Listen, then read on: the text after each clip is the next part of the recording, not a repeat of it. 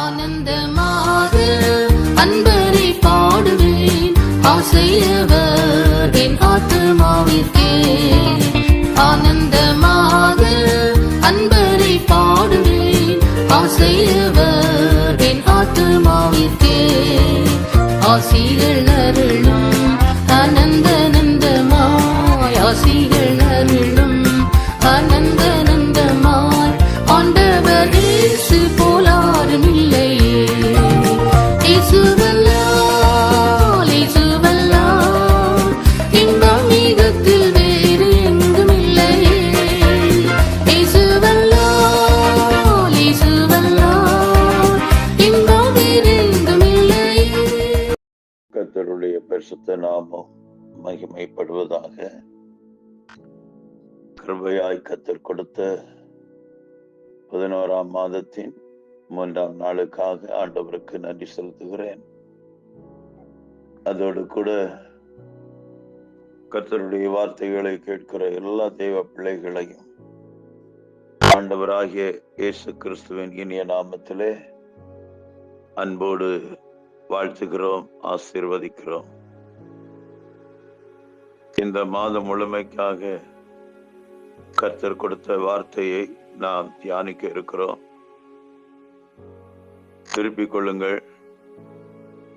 சங்கீதத்தின் புஸ்தகம் 5ஆம் அதிகாரம் அதனுடைய 12வது வசனம்.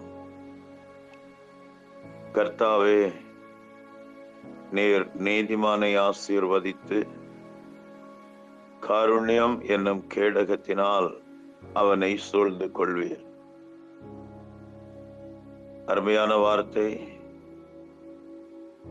எல்லா நபர்களுக்கும் பிடித்ததான வசனம். காரணம், நீதிமானை ஆசீர்வதிக்கிறார். அந்த நீதிமானை காருண்யம் என்னும் கேடகத்தினால் சூழ்ந்து கொள்கிறார். இந்த வசனத்தை கேட்கும் போதே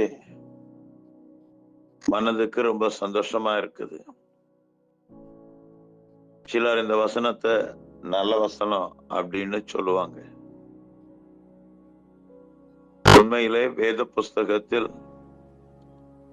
நல்ல வசனம் கெட்ட வசனம் அப்படின்னு கிடையாது.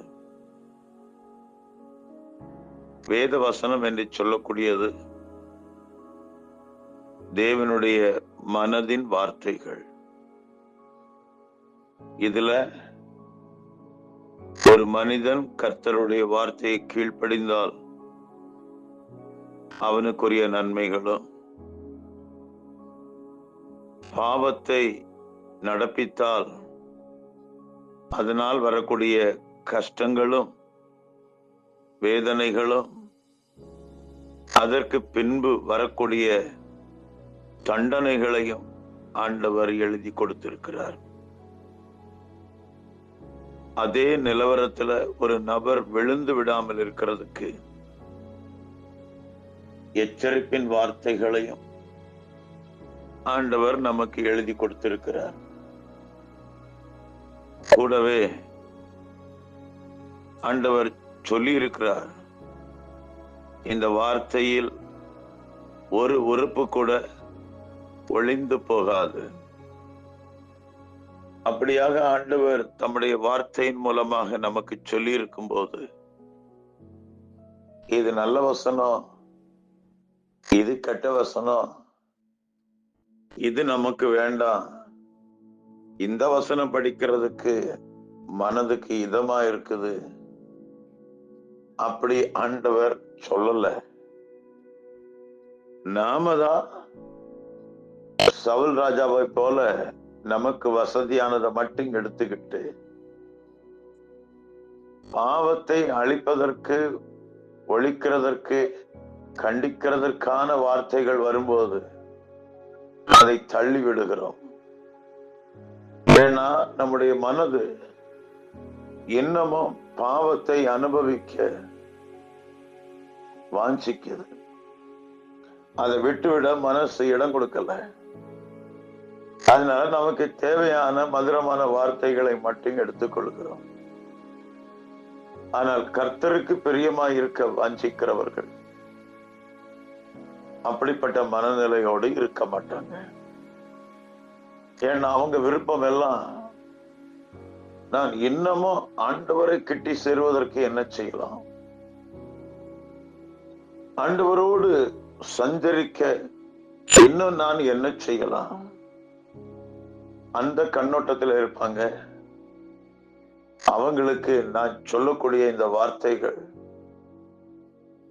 ரொம்ப விருப்பம் உள்ளதாக இருக்கும். அவளோடு கேட்பார்கள் என்பதையும் கர்த்தருக்குள்ள நம்புறேன்.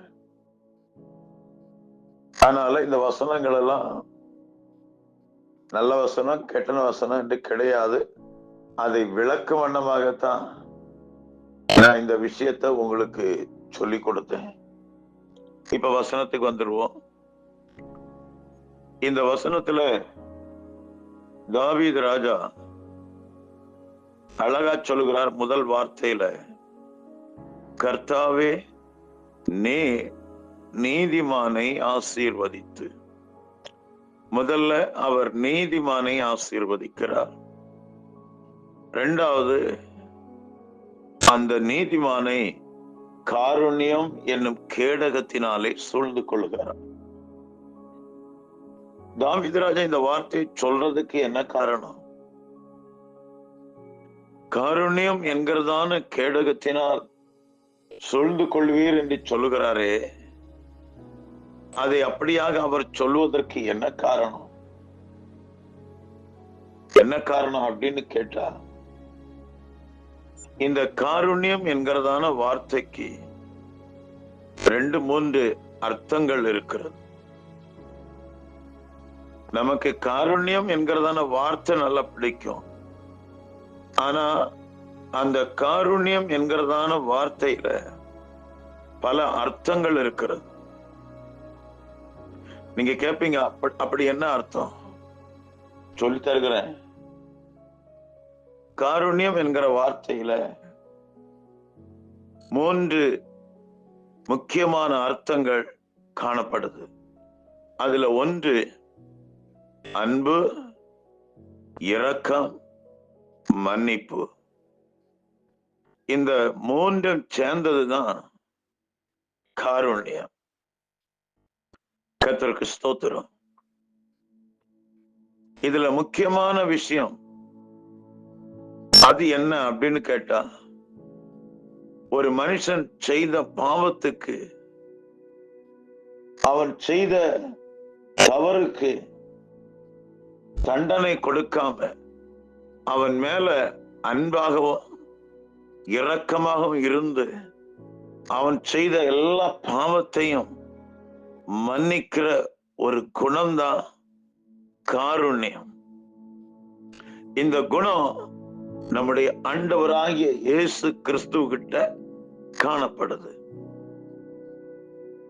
நல்லா கவனிங்க. ஏன்னா வேத புஸ்தகத்துல நமக்கு தெரியும், நிறைய இடங்கள்ல மனிதர்கள் செய்யக்கூடிய பாவத்துக்கு ஆண்டவர் தண்டனை கொடுக்க வருவார். பழைய ஏற்பாட்டுல இஸ்ரவேல் ஜனங்களை அவங்கள குறித்து நாம வாசிக்கிறோம். ஆண்டவர் நிறைய காரியங்களை, நன்மைகளை அவங்க கண்களுக்கு முன்னாடி செய்தார். அவங்க கண்களால அதெல்லாம் பார்த்தாங்க. ஆனாலும் பொல்லாங்கானவைகளை இச்சித்தாங்க. கூடாரங்களிலே ஆண்டவரை முறுமுறுத்தாங்க, பரீட்சை பார்த்தாங்க, ஆண்டவரை கோபப்படுத்தினாங்க. அப்படிப்பட்ட நிலவரங்கள் கடந்து வந்த போது ஆண்டவர் அவங்கள பார்த்து, மோசையை பார்த்து சொல்றாரு, நீ என்ன விட்டுறப்பா, ஒரு நிமிஷத்துல இவங்களெல்லாம் நான் அர்த்தமாக்குவேன் அப்படின்னா ஆண்டவர் சொல்றாரு. உடனே மோசே நடுவுல போய் ஆண்டவர்கிட்ட பிரேயர் பண்றாரு. வேண்டாம் ஆண்டவரே, அழிச்சு போடாதுங்க, ஒரே மனுஷனை கொல்லுகிறது போல நீங்க கொன்னுட்டா உங்க நாமத்தை கேட்கிற மக்கள் என்ன சொல்லுவாங்க? எகிப்துல இருந்து இந்த மக்களை ஆண்டவர் வெளியே கொண்டு வந்தது கொல்றதுக்கு தான் கொண்டு வந்தார் அப்படின்னு எல்லாம் சொல்லுவாங்க. அப்ப உங்க பெயருக்கு ஒரு தூஷணம் வந்துருமே.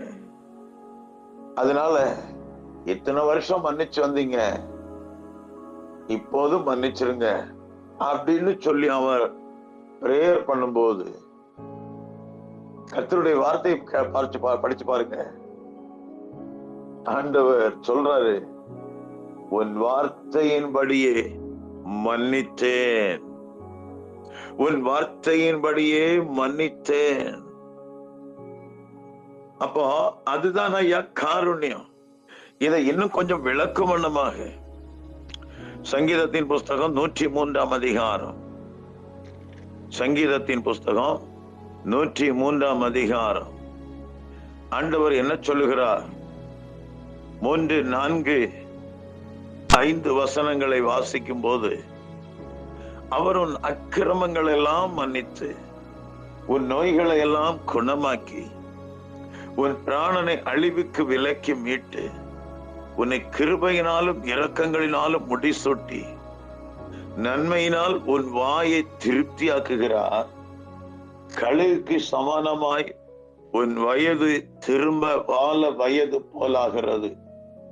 பாருங்க, அவர் எப்படிப்பட்ட நன்மை செய்கிறார்.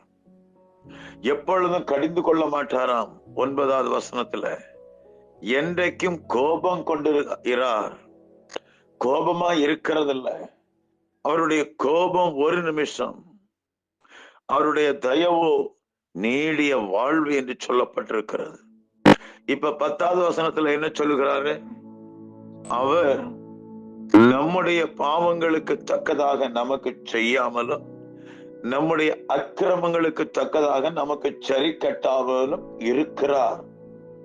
பூமிக்கு வானம் எவ்வளவு உயரமா இருக்கிறதோ அவருக்கு பயப்படுகிற மேலெல்லாம் கிருபை கொடுக்கிறாரு.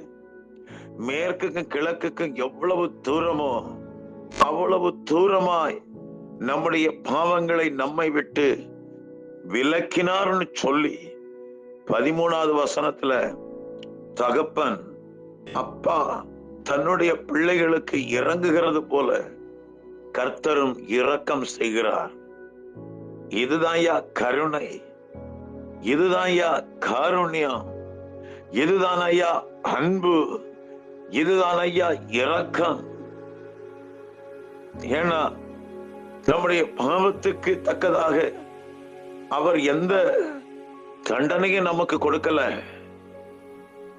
அப்படி அவர் நம்மேல் அன்பு வைத்து நம்மேல் இரக்கம் வைத்து நம்மை அழிவுக்கு ஒப்புக்கொடாமல் கருணை காட்டுகிறாரு, இரக்கம் காட்டுகிறாரு, தயவு காட்டுகிறாரு. அதுதான் காருண்யம். இப்போ இப்படிப்பட்ட இந்த காருண்யத்தை தான் தாவீது ராஜா தன்னை சூழ்ந்து கொள்ள வேண்டும். அது கேடகமாக தன்னை சூழ்ந்து கொள்ள வேண்டும் அப்படின்னு கேட்கிறாரு. ஏன்னா அந்த காருண்யத்துல இருக்கக்கூடிய ஆசீர்வாதத்தை அவர் புரிஞ்சுக்கிட்டாரு. இதை இன்னொரு காரியத்தை கூட நான் உங்களுக்கு சொல்லி தருகிறேன். புதிய ஏற்பாட்டில இருந்து வாசிக்கலாம். லூக்கா எழுதின சுவிசேஷம் 7ஆம் அதிகாரம் அதனுடைய 38வது வசனத்தை நம்ம வாசிக்கும் போது, அவருடைய பாதங்களின் அருகே பின்னாக நின்று அழுது கொண்டு, அவளை குறித்து வேதம் சொல்லுகிறது, பாவியான ஸ்திரீ. ஆண்டவருடைய வார்த்தையே அப்படித்தான் சொல்லுது, பாவியான ஸ்திரீ என்று தான் சொல்லுகிறது.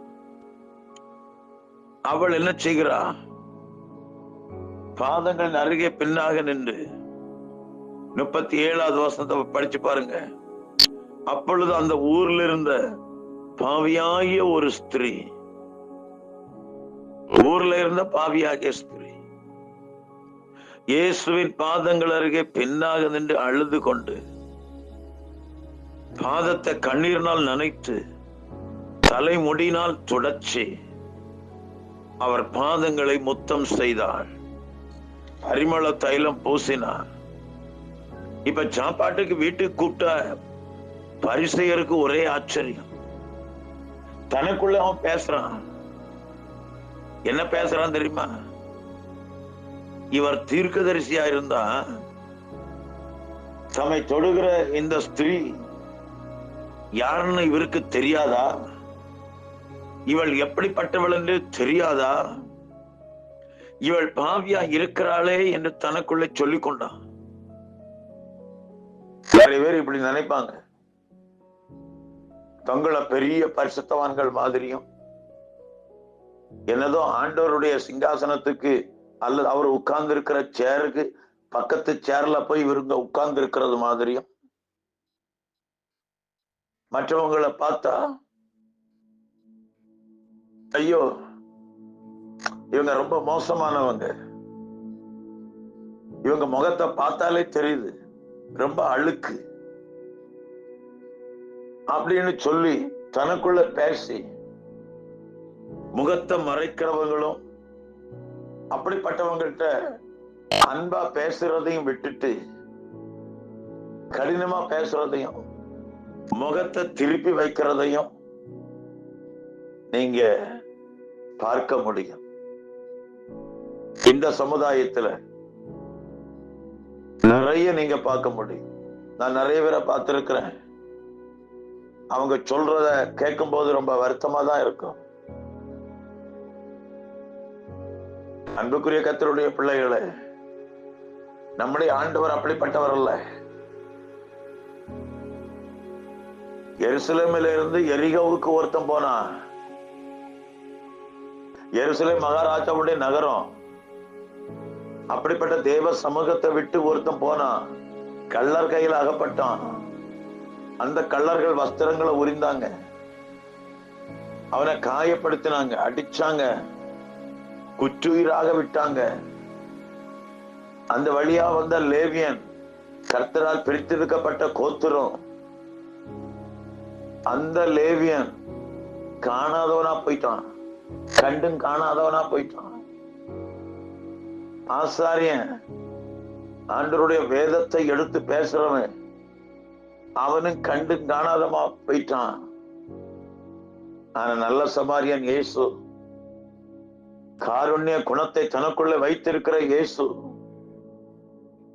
அந்த இடத்தை வந்து காயங்கள் எல்லாம் கட்டி சத்திரத்துல திரும்பவும் கொண்டு வைக்கிறார் பாருங்க. அதுதான் ஐயா அவருடைய காருண்யம், அதுதான் ஐயா அவருடைய கருணை, அதுதான் ஐயா அவருடைய அன்பு, அதுதான் ஐயா அவருடைய இரக்கம்.